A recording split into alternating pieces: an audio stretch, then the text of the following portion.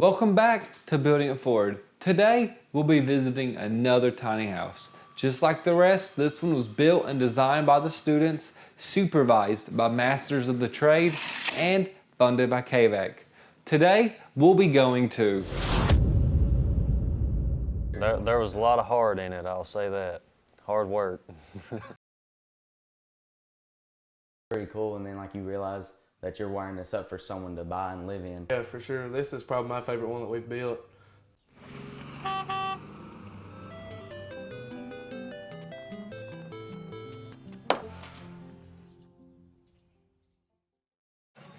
Welcome to another episode of Building It Forward. Today, we're at Lee County ATC, and right now we have someone waiting on the inside who's going to give us a little tour of the building, so come on inside. Nice to meet you, I'm Adrian. Nice to meet you, I'm Colton. All right, awesome. So where are we at right now? We're in the tiny house. I didn't think I could build a house when I first came in, but saw that I could, so.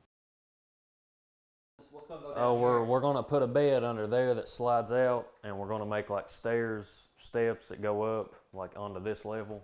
I learned how to like build walls and frame it up and stuff, and I was just building tables and stuff like that, and then went out and built a house, so. It's pretty awesome, yeah. One thing I want to talk about is this floor. You mentioned earlier that there was something special about it? Yeah, it's called a floating hardwood floor. What it is all the pieces of the hardwood have a little lip on them.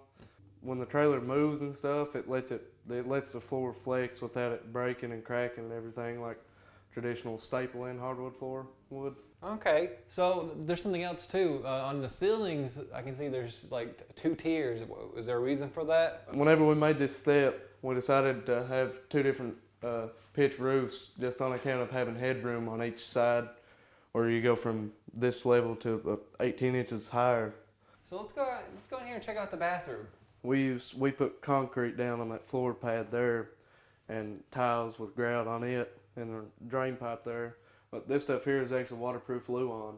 You guys you have a little bit more work to do, but it seems like it's about to be finished, like it's coming together. Yeah, we have just a hair of stuff left to do, and it hardly much, mostly just finished work and everything. And so we're back in Lee County's tiny house. And if you're wondering why, just like that student mentioned, they had a few finishing touches they needed to do. And so now we're going to take a look at what they did. Okay, now this pulls out all the way and it goes into a bed. And so that's a bed. And if for some reason you don't have to use this, you can always just put your bed on the floor. But if you want your bed to roll out from underneath, you can. And as you can see, it also works as a step so you can get up here.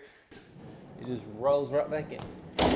And then you got these 2 dressers right next to it. Another thing they added was this cooktop here.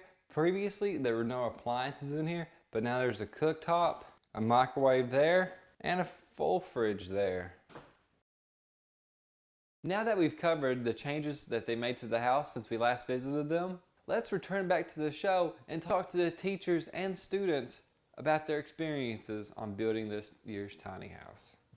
In our shop scenarios, we'll do just bits and pieces of circuits or of a load center, where in this situation they kind of get the whole gamut of an entire house. You bring it to him, he'd go look at it, he'd be like, nope, that's wrong, do it again. He'd maybe give you a hint, but most of the time he'd make you figure it out yourself. Was the best part about it, because then you actually learned it.